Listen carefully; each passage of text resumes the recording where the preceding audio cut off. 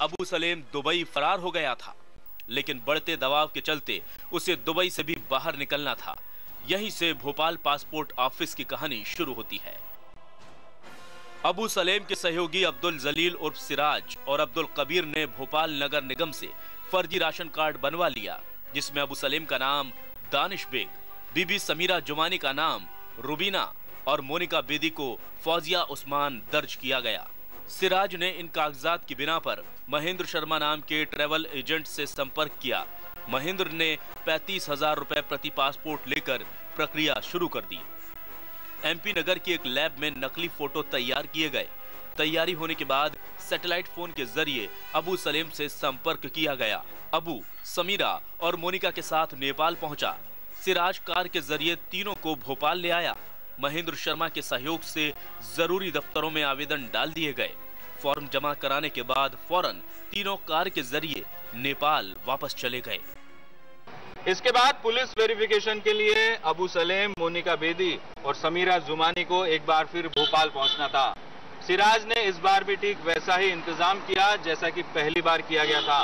तीनों को कार के जरिए नेपाल से भोपाल लाया गया और यहां पर गांधीनगर स्थित एक मकान में रुकवाया गया, जिसका एड्रेस प्रूफ सभी दस्तावेजों में दर्शाया गया था। पुलिस वेरिफिकेशन के बाद तीनों भोपाल से एक बार फिर नेपाल की ओर रवाना हो गए। इस दौरान ना तो खुफिया एजेंसियों को इसका पता चला, ना ही पुलिस वेरिफिकेशन में किसी तरह का कोई शक जाहिर किया गया। पासपोर्ट तैयार हो गए, जिन्हें दिए गए फर्जी पते पर सिराज ने रिसीव भी कर लिया। ये तीनों ही पासपोर्ट दिल्ली में मोनिका बेदी को सौंप दिए गए। अबू सलेम ने दानिश बेग के नाम से, मोनिका बेदी ने फौजिया उस्मान, समीरा युमानी ने रुबीना बेग के नाम से और अब्दुल जलील उर्फ सिराज ने मोहम्मद उस्मान के नाम से फर्जी रूप से पासपोर्ट बनाने के लिए एक फर्जी राशन कार्ड बनवाया। उसका उपयोग करके फर्जी तौर से पासपोर्ट बनवाया। मामला खुला 2001 में। दानिश बेग, फौजिया उस्मानी और रुबीना के साथ सिराज और कबीर के खिलाफ मामला दर्ज हो गया। चूंकि मुख्य आरोपी देश से बाहर थे, इसीलिए सिराज और कबीर को गिरफ्तार कर लिया गया, जिन्हें बाद में जमानत मिल गई। फर्जी पासपोर्ट मामले में चार्जशीट 2002 में पेश की गई, लेकिन 4 साल तक कोई कार्रवाई नहीं हुई। 2005 में मोनिका और अबू सलेम को पुर्तगाल से प्रत्यर्पण कर भारत लाया गया। 16 अक्टूबर 2006 को भोपाल पुलिस ने प्रोडक्शन वारंट के जरिए पहली बार मोनिका बेदी को कोर्ट के सामने पेश किया। साल भर चली सुनवाई के बाद मोनिका को 6 सितंबर 2007 में आरोपों से बरी कर दिया गया। 13 नवंबर 2007 को इन्हीं आरोपों के तहत अबू को कोर्ट के सामने पेश किया गया। प्रत्यर्पण संधि के मुताबिक सलेम पर आईपीसी धारा 468, 471 और पासपोर्ट अधिनियम की धारा 12 के तहत आरोप तय किए गए, लेकिन अबू सलेम ने इन्हें साजिश करार कर आरोपों से इनकार कर दिया। सलेम का खास सहयोगी सिराज वादा माफ गवाह बन गया। इस पूरे मामले में खास बात यह है कि जिस फर्जी पासपोर्ट को लेकर पूरा मामला कोर्ट के सामने पेश किया गया है, पुलिस अब तक इन फर्जी पासपोर्ट्स को जब्त ही नहीं कर पाई है। साथ ही पुलिस ने अबू सलेम के हस्ताक्षर और फर्जी पासपोर्ट की फोटोकॉपी में दर्ज हस्ताक्षरों का मिलान भी करवाया, लेकिन हैंड राइटिंग एक्सपर्ट ठोस रूप में ये नहीं कह पाए कि दानिश बेग और अबू सलेम के हस्ताक्षरों में कोई समानता दिखाई देती हो। मोनिका बेदी के बरी होने के बाद से बचाव पक्ष ने कोर्ट से सलेम और मोनिका का केस एक ही मानते हुए दलीलें पेश की, ताकि सलेम को भी बरी किया जाए। हालांकि जिन धाराओं के तहत अबू सलेम का फैसला आना है, उसमें 7 साल की कैद से लेकर आजीवन कारावास की सजा भी हो सकती है। 3 साल चले इस मामले में 35 लोगों की गवाही हुई है, जो कहीं न कहीं इस पूरे मामले से जुड़े हुए हैं। बचाव पक्ष और अभियोजन पक्ष ने अपनी दलीलें कोर्ट के सामने पेश की है। अब ये कोर्ट को तय करना है कि अबू सलेम इस मामले में दोषी है या फिर निर्दोष। कैमरामैन विवेक गुप्ता के साथ विजय मांडगे, सहारा समय, भोपाल। और आइए सीधे रुक करेंगे अपने भोपाल संवाददाता विजय मानगे का। विजय जी, किस तरह से तैयारियां की गई हैं आज जो पूरा कोर्ट परिसर है वहां पर, और ये जो अदालती कार्रवाई है ये कितने बजे शुरू होगी? देखिए अजिता जी, 11:30 बजे उम्मीद की जा रही है कि अबू सलेम को यहाँ कोर्ट में लाया जाएगा।